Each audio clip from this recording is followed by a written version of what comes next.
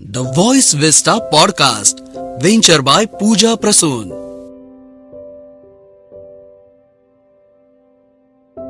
The Voice Vista प्रस्तुत Artistic minds podcast में आपका तहे दिल से स्वागत। आइए इस एपिसोड में हम मिलते हैं वर्ल्ड क्लास टाइपोग्राफर और सुप्रसिद्ध एड गुरु सुनील धोपावकर जी से। सुनील जी की एक्सप्रेसिव मराठी टाइपोग्राफी ने विज्ञापन जगत में बहुत बड़ा बदलाव लाया। कैलीग्राफी, टाइपोग्राफी से लेकर एडवर्टाइज के कॉपीराइटिंग तक हर क्षेत्र में उनकी मास्टरी है। जाहिरात चालीसा लिखने वाले सुनील धोपावकर जी की क्रिएटिव जर्नी आप तक पहुंचा रहे हैं हमारे होस्ट समीर देसाई। चलिए आप भी, नहीं तो ढूंढते रह जाओगे। Hello and welcome to Artistic Minds, the podcast that delves deep into the creative genius of 11 legendary artists. All are from the diverse segments.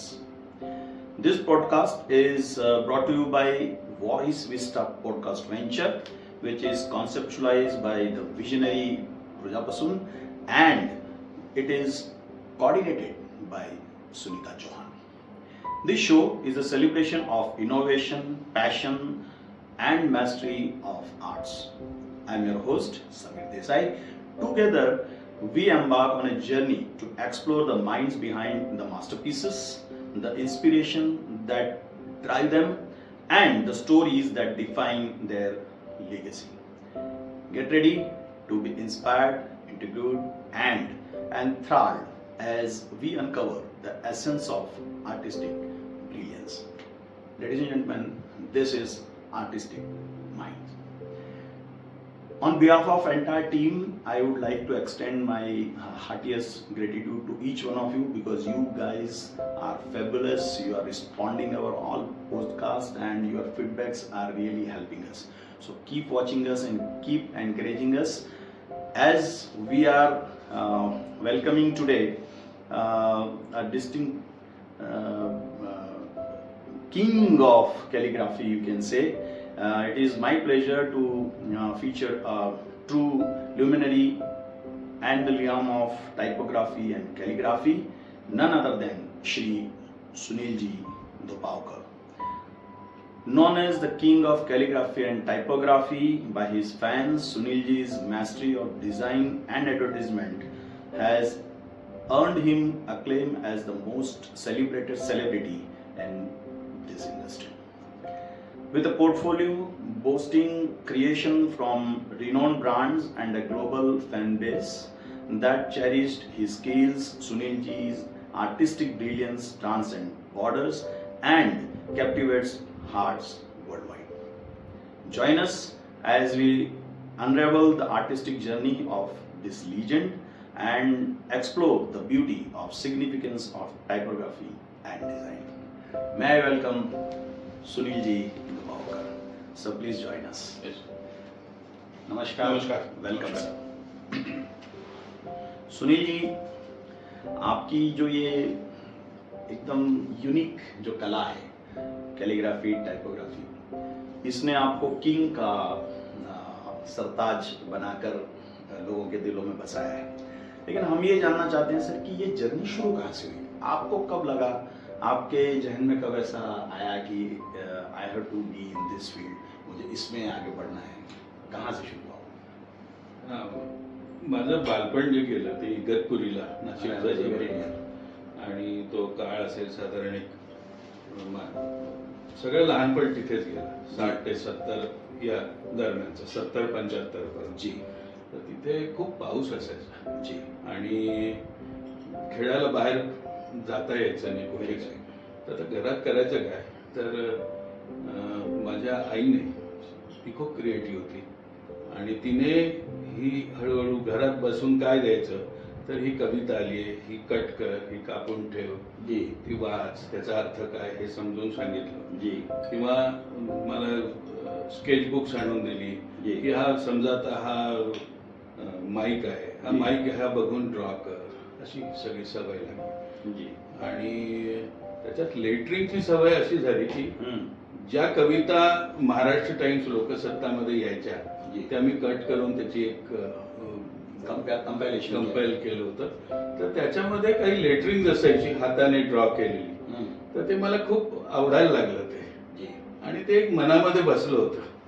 आणि पुढे मग त्याचा हळूहळू तो प्रवास काही असा सरळ नाही झाला, पण कुठेतरी लहानपणी चित्र, अक्षर, लिखाण, कारण कॅलिग्राफी जरी अक्षरकला असली तरी अक्षरांनी शब्द तयार होतो आणि शब्द हा मिनिंग घेऊन येतो. Very correct. तर मग ते एक्सप्रेशन त्या अक्षरांमध्ये येईल. ही सगळं पुढे हळूहळू ऍड झालं जेजे स्कूल ऑफ आर्ट्सला गेल्यानंतर. जी पण हे त्या निसर्गाचं देणं आहे की मला खेळायला बाहेर जाता येत नव्हतं, त्यामुळे घरात बसून तासन तास काहीतरी काम करत बसण्याची सवय लागली. Great great sir. आपकी जो डिज़ाइन होती हैं, आपके इवन एडवर्टीजमेंट की अगर मैं बात करूं तो ये हमेशा इंडस्ट्री में जो बाकी काम हो रहा है उससे एकदम अलग, एकदम यूनिक होती है. तो मैं आपसे ये जानना चाहता हूं कि जब वो आप क्रिएट करते हैं, जब ये एडवर्टीजमेंट क्रिएट कर रहे होते हैं, तब क्या चलता है आपके जहन में, किस तरह की हलचल होती है और कैसे ऐसा कुछ क्रिएट करते हैं कि जो यूनिक बन के बाहर आ जाए? चित्रकाराचा एक आतल्या आत स्वतःशी एक संवाद चाललेला असतो. जी जी जी वही वही जानना चाहते हैं. आणि आम्ही त्या काळातले चित्रकार आहोत की ज्यावेळेला गुगल नव्हतं. जी काही रेफरन्स घ्यायचा झाला तर ती रेफरन्स बुक्स इतकी कॉस्टली असायची की ती आम्हाला परवडायची नाही. जी आणि त्यामुळे ती सवय लागली की जे काय आहे ते, जे आज मी काम करणार आहे ते माझ्या इथनंच आलं पाहिजे, त्याला हे इथनं आलं पाहिजे. जी आणि ते कुठनं तरी गुगलवरनं बघ, त्याचा रेफरन्स नहीं, हे वो मुझे नाही, नहीं था. जे आहे ते आपलं आलं पाहिजे. ही पहिल्यापासून सवय लागली आणि ही काही मलाच लागली असं नाही. त्या काळात जे जे जे जे मध्ये शिकले तर ते त्यांना ही सगळं असेच कलाकार तिथे तयार झालेले आहेत. तर त्यामुळे कुठलंही डिझाईन किंवा काही काही तयार करायचं आहे जी तर त्यावेळेला आजकाल मुलं काय करतात किंवा आजकालचे आर्टिस्ट काय करतात, चला कामाची वेळ झाली म्हणून पीसी, कम्प्युटर, लॅपटॉप काढून बसतात जी आणि मग त्याच्यावर ते शोधायला लागतात. तर ही प्रोसेसच चुकीची आहे. तुमच्या डोक्यात कम्प्लीट तयार होऊ द्या, तुम्ही त्याचे स्क्रिबल्स करा, स्केचेस करा, काहीही 1% कन्फ्युजन नको. आणि त्या स्टेजला जा त्यावेळेला तुम्ही पीसी ओपन करा आणि गुगल नका ओपन करू. जी गुगलवरनं कुठेतरी लोगो इकडे जे आहे, इकडे टी आहे, तो इकडचा जी इथे एवढा फिरवून दिला, ते कला नाही, ही सगळी रिसायकल्ड आर्ट आहे. जी कोणीतरी तयार करतं, ते तिथे टाकतं, त्याच्यावरनं परत तयार करतं जी आणि त्यामुळे ते एकसारखी झाली आहे. तुम्ही तयार केलेली तुमची क्रिएटिव्हिटी, माझी, त्यांची, यांची, सगळ्यांची डिझाईन्स एकसारखी आहे. कारण मुळामध्ये कंटेंट आहे तो, आणि तो दिलखेचक असला पाहिजे. एग्जैक्टली. त्याने पहिल्या नजरेत लक्ष वेधूनच घेतलं पाहिजे. पहली नजर में प्यार हो जाना चाहिए उसका. Very very correct sir.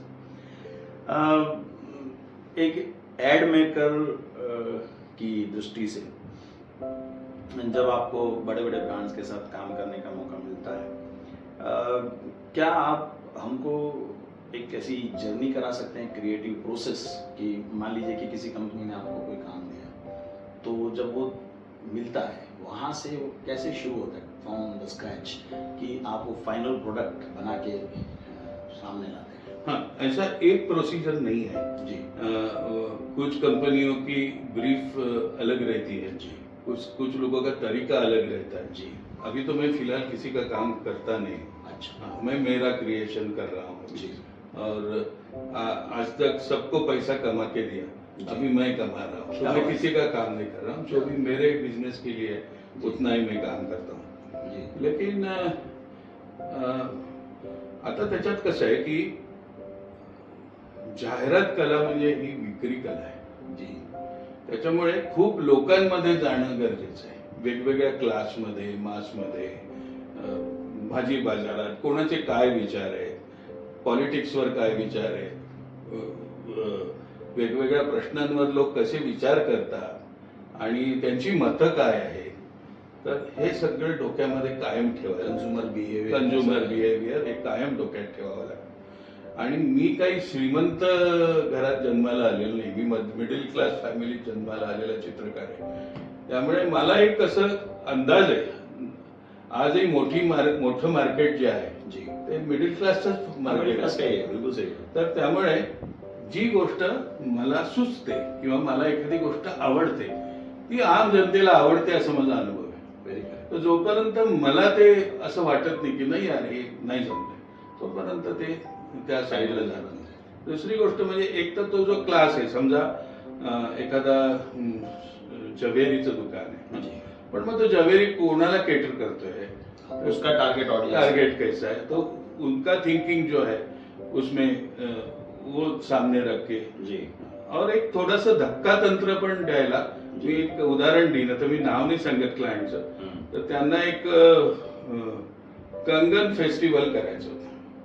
कंगन तर त्यांनी सांगितलं बांगडी महोत्सव. म्हटलं, बांगडी महोत्सव हे काय मग आम्ही त्याला कंगन कार्निवल असं नाव दिलं आणि त्याचं लाईन कशी पाहिजे आता तर काय खूप चांगलं आहे आमच्याकडे बांगड्या आहेत त्यानिमित्त डिस्काउंट मिळेल याच्यावर त्याच्यावर हेच असतं दुसरं काय असेल.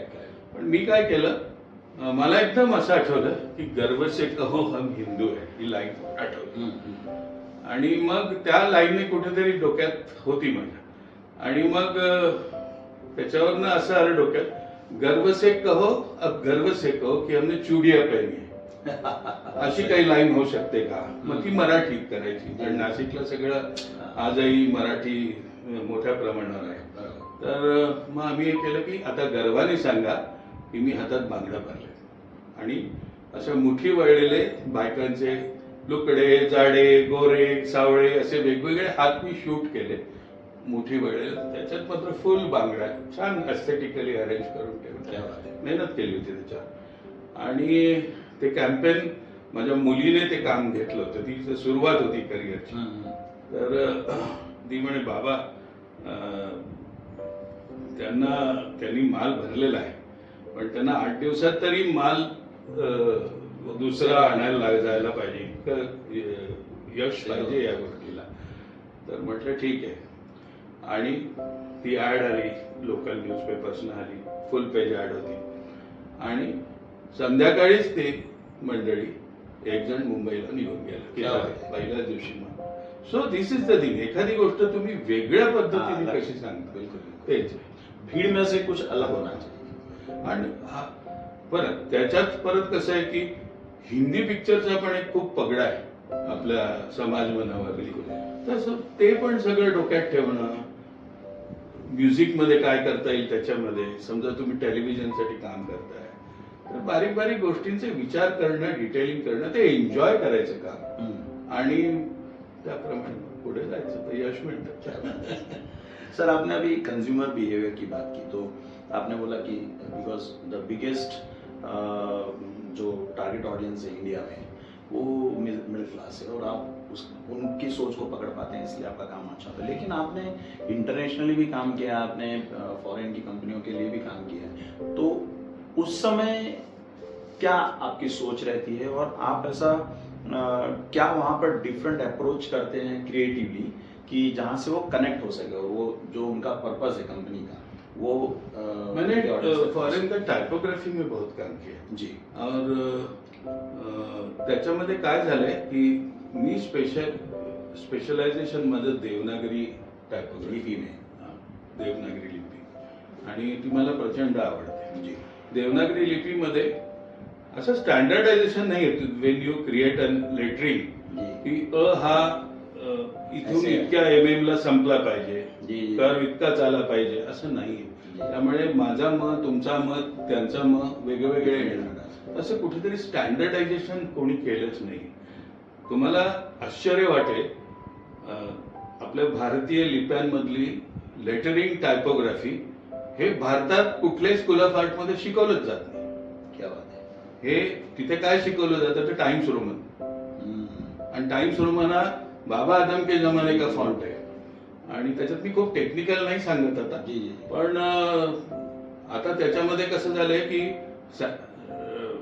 It is a serif font आणि आता सॅन्स सेरिफचा जमाना आहे म्हणजे खाली लाईन नाहीये खाली एंडला असा जो जातो तशी लाईन नाहीये कारण आता सगळं स्क्रीन्सवर आपण वाचतोय तर तिथे तो टाइम्स रोमन फेल जातो फॉन्ट त्याचे कॅरेक्टर जे थीन असतात ते गायब होऊन जातात माग्न लाईट असल्यामुळे. सो सेरिफ सॅन्स सेरिफ मध्ये काम चालू आहे तिथे. जी. तर ते पण फॉन्ट काही शिकवले जात नाही सेरिफ मध्ये, फक्त टाइम्स होत नाही. आणि मग तुम्ही टायपोग्राफी सब्जेक्ट घेतलेल्या स्टुडंटनी काय करायचं, तर जे फॉन्ट करून ठेवलेले आहेत जगभरात, तर ते रेडी फॉन्ट वापरायचे. मग तुमची क्रिएटिव्हिटी काही नाही. तर मी कायम माझे फॉन्ट मी तयार केले. आज माझ्याकडे 150 मराठी फॉन्ट्स केलेले आहेत. दुसरी गोष्ट, आता मॅकडोनाल्ड आहे, मॅकडोनाल्डचा इंग्लिश लोगो आहे, पण इकडे आल्यावरती तुम्हाला मराठीत बोर्ड लावायचा आहे, साऊथ कडे गेला तमिळमध्ये बोर्ड लावायचा आहे, बिलकुल ओरियामध्ये बोर्ड लावायचा आहे, गुरुमुखीमध्ये बोर्ड लावायचा. सो ते स्टँडर्ड जे आहे, उदाहरणार्थ मॅकडोनाल्ड, तर ते त्या लिपींमध्ये अवघड आहे, कारण प्रत्येक लिपीची वळणं, त्याचं ग्रामर हे पूर्णतः वेगळं आहे. सो इथे पण मी खूप काम केलं. त्यामुळे काय झालंय की नाव खूप झालंय आणि मी लिबर्टी असेल तरच काम करतो. कोणी किती मोठा असेल काय असेल तरी ठीक आहे, तू पैसे देतो याचा अर्थ तू काही माझा ब्रेन हायर नाही केला. वैसे भी क्रिएटिविटी की फील्ड ऐसी है कि जब तक आपको लिबर्टी नहीं मिली, एडवर्टाइजिंग एजेंसी ही सर्विस इंडस्ट्री है ना. सो हम बोल रहे हैं हमको ऐसा चाहिए तो आप ऐसा दो, पण मला कळत असतं की हे चालणार नाही ते जरी मागितलं तरी. तर मी माझ्या तसं टर्म्स कंडिशन ठरवून घेतो, तसं नसेल तर मी काम करत नाही. आणि कोणी मोठं आहे काय हा महत्वाचं नाही, कोण क्लायंट मोठा किंवा कोण क्लायंट छोटा, माझं काम मला त्याला न्याय देता आलं पाहिजे, वो इम्पॉर्टेंट है. तर ते इम्पॉर्टंट. जी सर, नासिक आपके दिल में बहुत इम्पोर्टेंट और बहुत खास जगह रखता है, बिकॉज आपका होम टाउन भी है. हम ये जानना चाहते हैं आपसे कि आपकी जो ये क्रिएटिव विजन है और आपकी एक अपनी सिग्नेचर स्टाइल है, इस पे नासिक का क्या प्रभाव है, यहाँ के कल्चर हेरिटेज और यहाँ की जो आबोहवा है उसका?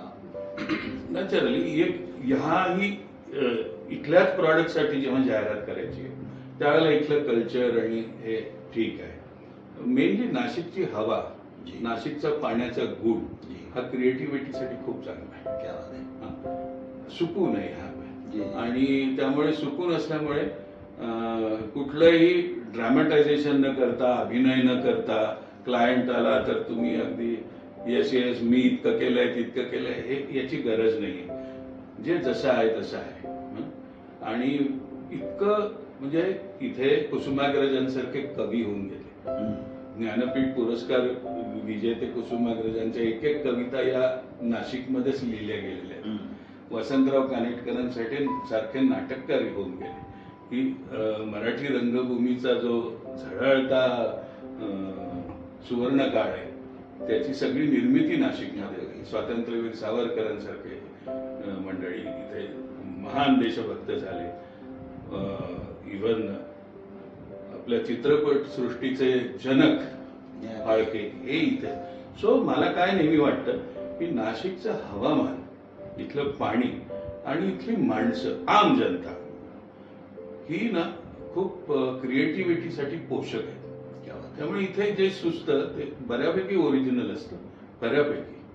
आणि फक्त इथे ना काय नाहीये, इथे पिकतं पण इथे विकलं जात नाही, कारण इथे बाजारपेठ नाही. That is the thing. तुम्ही जगभरात विका आणि नाशिकमध्ये राहा. सो इट्स ते कॉम्बिनेशन. पण तुम्ही इथे काम करायचंय, इथे सगळं क्रिएटिव्हिटी करायची, इथलंच कोणाला तरी विकायचंय, तर मग तुमचं गणित लाईफचं फसेल. जी जी जी सर, आपकी जो आर्टिस्ट्री है वो हजारों लोगों को इंस्पायर भी करती है और वो दिल को छूती है, वो इवोक करती है. आपकी जो ये टाइपोग्राफी और जो डिजाइन का इम्पैक्ट है वो लोगों तक पहुंचे, ऐसे अपनी क्रिएटिविटी से आपको बात करनी पड़ती है. You need to talk through this.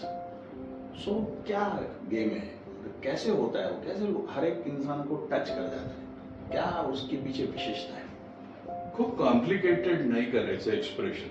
Okay. खूप सिंपल ठेवायचं. बहुत ही सिंपल एक्सप्रेशन चाहिए जी. उसमें बहुत कॉम्प्लिकेटेड ये लाइन आई, वो 110 लाइन आई है और फिर उसमें से ये फॉर्म, इतकं कॉम्प्लिकेटेड Confuse हो जाता है लोग. इझी आणि एक्सप्लेन वेगळं खाली आपल्याला कॅप्शन टाकण्याची गरज नको, इसमें क्या है वो देखा तो समझ गए. जी हाँ. एकदम सिंपल वे में लैंड होना चाहिए. आप ये और इसके लिए 24 घंटा दिमाग में वही चलता है. आतला संवाद जो आहे तो अगदी झोपेत स्वप्नात सुद्धा मला वेगवेगळे आकार दिसतात, वेगवेगळे कॅरेक्टर्स दिसतात, टायपोग्राफीतले अक्षर, क्या बात क आहे. असा घेतला, ट असा घेतला. तर ते जगापासून ते थोडस दूर राहण्यातच मजा आहे या सगळ्या प्रकारात. आपका जो करियर स्पान है और आप जिस ऊंचाई पे आज पहुंच गए हो, डेफिनेटली यहाँ पहुंचने तक आपको बहुत सारे पड़ावों से गुजरना पड़ा होगा. और उसमें कुछ ऐसे पड़ाव होंगे जो बहुत कठिन थे, बहुत तकलीफें थी, लॉट ऑफ चैलेंजेस आते हैं. तो आपने उन सब चैलेंजेस को कैसे ओवरकम किया और फिर भी आप अपनी जो सिग्नेचर स्टाइल है उसमें बने रहे? कुछ कोई चैलेंज ऐसा और उसको कैसे ओवरकम किया, ऐसा अगर आप बता पाए. मैंने आज तक कभी भी किसी ने बोला है और उस जैसे उसने कहा है मुझे ये चाहिए तो ऐसा काम नहीं किया. तो उससे मेरी स्टाइल बनी रही और वो त्याचाही जो प्रवास आहे जी जी तर तो पण नीट राहिला, अनटच्ड राहिला. जी सी गमत क्युरिटी बनी रही. हा. आणि इझी असतं तुम्हाला सांगणं क्रिएटिव्ह पर्सनला की मी समजा एखादं काही टायपोग्राफी केलंय, काही लेटर तुमचं नाव केलंय मी जी आणि त्या नावाचा अर्थ त्याच्यातनं एक्सप्रेस होतोय, जी तर मला वाटतं ते ओके. तुम्हाला वाटेल नहीं यार सुनील वो उसमें थोड़ा सा ये एक चांद डालेगा क्या तू, तो मैं नहीं डालूंगा. हं? त्यांना वाटेल मी केलं. मग माझं म्हणणं काय असतं, हे मी केलंय, हे असंच राहू द्या. तुम्हाला जे वाटतंय ना ते तुम्ही करा, त्यांना वाटतंय ना ते त्यांनी करावं. आणि ते काही वाईट नसेल, ते चांगलंच असणार आहे. फक्त आम्हाला ही सवय कशी लागली, जे जे स्कूल ऑफ आर्ट्सला जे जे इन्स्टिट्यूट ऑफ अप्लाइड आर्ट्स म्हणजे लिगसी आहे मोठी, India's biggest and तिथे best. 2 क्लास म्हणजे ए आणि बी डिव्हिजन, प्रत्येक क्लासमध्ये डिव्हिजन मध्ये 50 इकडे 50 तिकडे मुलं, सो 100 मुलं आहेत. आणि प्रोजेक्ट काय द्यायचा की मुंबई लंडन एअर इंडियाची फ्लाइट आहे, ती लॉसेस मध्ये चालली है, तो ये आपका letter Shah air India brief लेके आओ, उस पर होर्डिंग बनाओ, बस इतना ही. मग याच्यानंतर आम्ही जाणार, त्यांच्याकडनं समजून घेणार, जितकी माहिती मिळेल तेवढी मिळवणार. बाकी एअरलाईनचं काय चाललंय, त्यांच्या जाहिराती कशा आहेत, तो पण एक त्यांचा अप्रोच, एक माहिती करून स्टडी करना पडेगा. हा. आणि मग त्यानंतर ती जाहिरात आम्ही तयार करायचो. मी माझी जाहिरात केली, तुम्ही तुमची जाहिरात तयार केली आणि एक 8 दिवस हे सगळं प्रोजेक्ट असायचं. हे झाल्यानंतर 100 डिझाईन्स तयार झाले आणि प्रत्येकाचे अप्रोचेस वेगळे. म्हणजे काय, याचा अर्थ असा आहे की एखाद्या प्रश्नाचा किंवा एखाद्या मुद्द्याचा तुम्हाला 100 वेगवेगळ्या पद्धतीने विचार करता येतो. हे कळायला लागलं ना की मग आपल्या कल्पना, पहिली सुचलेली कल्पना, तिच्यावर आपण प्रेम नाही करत बसत, आपण अजून अजून पुढे जायला बघतो, अजून बेटर, अजून बेटर. नाही हे चांगलं आहे पण ठीक आहे, अजून काही सापडतं का बघूया. तर ही तिथे सवय लागली. आणि मग त्याच्यामध्ये मार्क्स असायचे, आउट ऑफ 10 8 मार्क म्हणजे टॉप मोस्ट. आणि मग 8 याला 8 मिळाले आणि याचं इतकं भारी फिनिशिंग आहे, कलर स्कीम चांगली आहे, पण याला 4च मिळाले असं.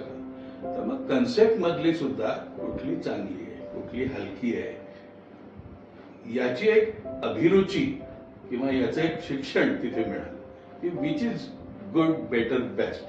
हे जे आहे हे तो कंटिन्यूस इम्प्रूवमेंट के लिए आपको इंस्पायर करता रहेगा.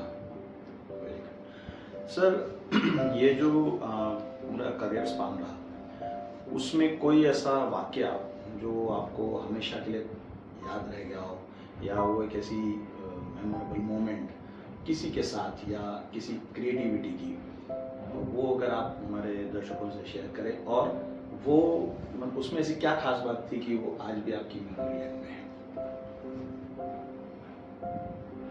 म्हणजे आर्टच्या साईडला की सक्सेस म्हणून?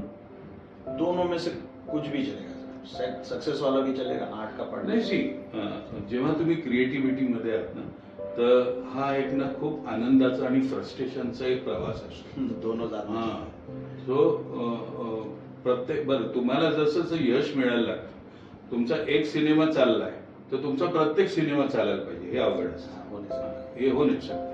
पण मग ते तुम्हाला जमायला लागतं एका ठराविक काळानंतर की हा फॉर्म्युला आहे, हा फॉर्म्युला आहे. तर त्याच्यातला एक मी सांगतो, इथे एक मोठे बिल्डर आहेत नाशिकला जी. आणि त्यांनी 100 एकर लँड घेतली होती. ती कुठे काय मी फार डिटेल करत नाही, पण 10-12 वर्ष झाली. हा काळ आहे 2000 सालचा. 10-1 वर्ष ती लँड त्यांची विकलीच जात आणि कारण ती साईट अशा ठिकाणी होती की तिथे डिमांड नाही, रोड नव्हता नीट, सगळंच म्हणजे एखादी लँड. आणि ते माझे खूप जुने क्लायंट होते आणि त्यांचा मुलगा तो मी त्यांचं काम थांबवलं होतं. कारण कसं असतं, एकानंतर अरे तू मागच्या वेळेला मला ते दिलंस आणि ते आता चल बघू कर, तर असं नको सांगू. मी सांगेन जमेल की नाही, कारण शेवटी हे प्रयोग असतात. तर त्यांचा मुलगा माझ्या खूप मागे लागला आणि त्याने सांगितलं की सर तुम्ही जर ते नाही केलं ना आणि इमिजिएट रिस्पॉन्स नाही मिळाला तर आमची नेक्स्ट वीक मध्ये गाड्या सगळ्या जमा होणार आहेत. हो. आमचं घर सगळं खूप लोन झाली होती. म्हटलं अरे एवढ्या प्रेशर मध्ये काम नाही जमणार आहे की तुला ते इतकं नाही, म्हणे तुम्ही हात लावला तर सगळं होईल वगैरे. आणि मी त्याला हो म्हणून गेलो आणि आमचं मग मी टेलिव्हिजन कमर्शियल्स तयार केल्या आणि त्यांच्याकडे पैसे नव्हते, ऍड करायलाही पैसे नव्हते. बरेचसे पैसे मीच टाकले, जुने क्लायंट आहेत बनवून घ्यायचं. पण सर त्याच्यानंतर त्या पहिल्या ऍड नंतर पुढच्या 1.5 वर्षात 550 प्लॉट विकले. सो हे असे खूप लँडमार्क्स आहेत. नाशिकचे क्लायंट मोठे करण्याचे खूप लँडमार्क्स आहेत. किंवा एक काळ असा होता की मी जेव्हा ब्रँड्स मुंबईचे करत होतो, एक फोरेन्स नावाचा टूथपेस्ट ब्रँड, हा फोरेन्स, तर त्याचे बरेच ब्रशेस हे मी ते शिकायला खूप मिळतं. आणि तिथलं सुद्धा गणित आहे की त्यांची टूथ पावडर होती व्हाईट कलरची, ती चालत नव्हती, तर त्याला काय फ्लोराईड वाला आणि ती चालायला लागली. सो हे असे यशाचे हे खूप छान असतं. ओके. आणि का कोणाच काय मला माहित नाही, परमेश्वराचं काय. आता लेटेस्ट एक सांगतो, एक सिनेमा निघाला मराठीमध्ये आणि त्याचं नाव मी बनवून दिलं. तो सिनेमा कोरोनाच्या आधी निघाला आणि तो पडला डब्यात 4 वर्ष. पुढे तो डब्यात पडलेला त्याचा सब्जेक्ट असा होता की तो कोणी त्याला हात लावेल. जीने आधी सांगितलं होतं, मग त्यांनी नाही सांगितलं किंवा असं 2-3 शेवटी जिओने तो घेतला आणि तो घेतला आणि तो या गेल्या वर्षीचा हिट पिक्चर आहे, बाई पण भारी देवा. सो माझं काहीतरी लेटरिंग काय असेल, काहीतरी माझा इनपुट असेल ना त्याच्यात, माझ्या क्लायंट्सना पण माहिती आहे की बा नाही यांचं काहीतरी त्याच्यात असावं, हे सगळं यश मिळतं असं. You are luck charm to many people. आणि मी सिनेमांची भरपूर कामं केली आहेत, नाटकांची भरपूर कामं केली आहेत. मी फिल्म्स तर जवळजवळ 1,500च्या वर ऍड फिल्म बनवल्या. म्हणजे कालपर्यंत जी नाशिकची मुलं मराठी फिल्म आणि टेलिव्हिजन इंडस्ट्रीमध्ये नाशिकची जी गेली, चिन्मय उदगीरकर आहे, मृणाल दुसानी, हे सगळी मुलं जी आहेत ही माझ्याकडे तयार झाली. म्हणजे मी टेलिव्हिजनचं खूप काम केलंय. प्रेसॅड्स जेव्हा प्रिंटचा जमाना होता, लाखोनी केलेलं आहे. आणि इंटरनेटवरती भरपूर काम केलं, इंटरनेटवरचं ऍडव्हर्टायझिंग. आता मी कामं बंद केली आणि मला नेहमी काय वाटायचं की पैसे मिळवणं सोपी गोष्ट आहे, पण एखादी कन्सेप्ट डेव्हलप करत करत जाऊन ती यश मिळवते, तर ते आधी करू आणि पैसे शेवटी मिळू. तर आता मी माझा बिझनेस आणि माझे पैसे मिळवतो आणि बाकी कामं बंद केली. और इसीलिए आप किंग कहे जाते हैं सर. नहीं सर नहीं. सो अब तक की जर्नी तो बहुत इंस्पिरेशनल रही, बहुत कामयाब रही, लेकिन यहाँ से आगे फ्यूचर की तरफ अगर सुनील जी देखते हैं तो क्या क्या ऐसा कुछ करके जाना चाहते हैं, ऐसा कुछ सपना टाइपोग्राफी नए बच्चों को जो एस्पायरिंग, एक तो पहली बात ऐसी कि आजकल मैं बच्चों को सिखाने जाता हूँ टाइपोग्राफी। क्या बात है, मेरे 3-4 सब्जेक्ट है। मैं स्क्रिप्ट भी अच्छी लिखता हूँ, मैं राइटिंग बहुत अच्छा करता हूँ, अरे वाह, एडिटिंग बहुत सुंदर करता हूँ फिल्मों में। उसकी स्क्रिप्ट मैं सुंदर लिहितो मी, मराठीत माझं लिखाण पण जेवढं टायपोग्राफी चांगली तेवढं लिखाण चांगलं, क्या बात आणि फोटोग्राफी चांगली, सगळ्याच क्रिएटिव्ह फील्ड पोर्टफोलिओ मध्ये काम केलेलं आहे. तर टायपोग्राफी हा वन ऑफ त्या सब्जेक्ट पैकी एक आहे. पण टायपोग्राफीचा रोज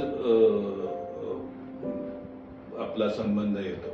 म्हणजे बाळ जन्माला आलं तरी त्याचं नाव लिहितं ते अक्षरातच लिहिलं जातं, आणि माणूस मेल्यानंतर ते जे काही खडगा आहे त्याच्यावर ते अक्षरच कोरली जातात. सो अक्षराचा जर्नी हा मला जास्त हे वाटतो. तर देवनागरी टायपोग्राफीवर माझं पुस्तक लिहिण्याचं काम चालू आहे गेल्या वर्षभरापासून, आणि ते असं पुस्तक व्हावं अशी इच्छा आहे की फक्त ते आर्टिस्ट लोकांना समजेल असं नाही, तर अक्षरांकडे कुठल्या नजरेने बघितलं पाहिजे हे आम जनतेला पण कळावं, म्हणून मला मेहनत जास्ती घ्यावी लागते. तर ते काम चालू आहे. दुसरी गोष्ट, माझ्याकडे 150 मराठी देवनागरीतले फॉन्ट्स आहेत सगळ्यांचे, हिंदी मराठी बाकी लँग्वेजेस मध्ये वापरता येईल. ते मला कम्प्युटरवर आणायचे. आता या मराठी मुलखामध्ये महाराष्ट्रामध्ये फॉन्ट एखादे तयार करेल असा आर्टिस्ट 1 किंवा 2 आहेत, बस सगळे गेले. नवीन पिढी कोणीच एवढं काम करत नाही, तासन तास बसत. असं रेडी जो आहे वो आणि तेही पैसे देऊन नाही करणार, ते कुठून कुठून ठापूनच करणार. सो हे सगळे सुधारला पाहिजे. पण मग मी आता काय करतोय की याच्यात जर खूप मुलं आली आणि शिकली तर ती गरज आहे काळाची. आपली भाषा समृद्ध, भाषा कुठली पुढे का जाते माहितीये, लिपी में त्याच्या टायपोग्राफीवर काम झालं ना की ती कमर्शियली जोरात जाते. इंग्लिशमध्ये 1.5 लाख फॉन्ट आहेत, मराठीत 70-80च्या वर फॉन्ट आहेत, आणि ते गाणेडे फॉन्ट आहेत. सो तिथे काम व्हायला पाहिजे. तर त्याच्यासाठी मी वेगवेगळ्या स्कूल ऑफ आर्ट्स मध्ये जातो, मी जेजेलाही जातो. मी आता लास्ट मंथ मध्ये कॉलेज ऑफ डिझाईन अँड काय नाव आहे त्याचं, गव्हर्नमेंट कॉलेज आहे औरंगाबादला, तिथे 5 दिवसाचा एक रेसिडेन्शियल प्रोग्राम होता. 5 दिवसात मी तिथल्या 100 मुलांना टायपोग्राफी एक बेसिक शिकवतो. आणि मी कोणाकडनं पैसे घेत नाही. ठीक आहे, कॉलेजचं मानधन मिळतं, पण जर कोणी माझ्याकडे मुलगा शिकायला आला, एखादं मला शिकायचं, तर चालू ठेव. हे काही 1 महिन्यात होणार नाही, 4-5 वर्ष तू काम करशील तर तुलाच आपोआप.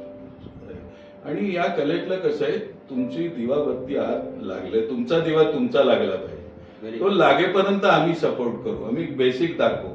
पण तुला जर मी माझ्यासारखं दाखवलं, सगळं असा करायचा, मग त्याचा कर्व खाली असा घ्यायचा, वापस कॉपी, तर तो कॉपी करेल. सो मी हे बघतो की तो त्याच्या स्टाईलने वेगळं नवीन काही करू शकेल असं. क्या बात है सर, आपकी किताब जल्द से जल्द आए और लोगों को उससे बहुत सीखने को मिले, इंस्पिरेशन मिले, और आपके सारे सपने जो बच्चों को मतलब आने वाली पीढ़ी से रिलेटेड है वो सब पूरे हो, ऐसी हमारी शुभकामनाएं. आपने अपने बहुत ही व्यस्त जीवन से हमारे लिए समय निकाला. पूरी आर्टिस्टिक माइंड्स की टीम की ओर से मैं आपको बहुत बहुत धन्यवाद देता हूँ सर. आपका काम आगे बढ़ता रहे और हम लोग सब उसको एंजॉय करते रहें. Thank you very much. Thanks for joining sir. Thank you very much. Thank you for tuning into the Voice vista podcast. आप और भी इंटरेस्टिंग शो सुन सकते हैं thevoicevista.in पर. ये शो कॉन्सेप्चुअलाइज किया है पूजा प्रसून ने, प्रोड्यूस किया है द वॉइस विस्टा ने. गेस्ट कोऑर्डिनेशन में हमारे साथ रही सुनीता जी चौहान. डिजाइन किया है टीम क्रिएटर्स डेन ने. साथ ही एडिटिंग और प्रोडक्शन के लिए धन्यवाद टीम लर्निंग बी को. प्रोमो वॉइस दिया है राहुल ढोले ने. लाइक, फॉलो और सब्सक्राइब करना ना भूलें.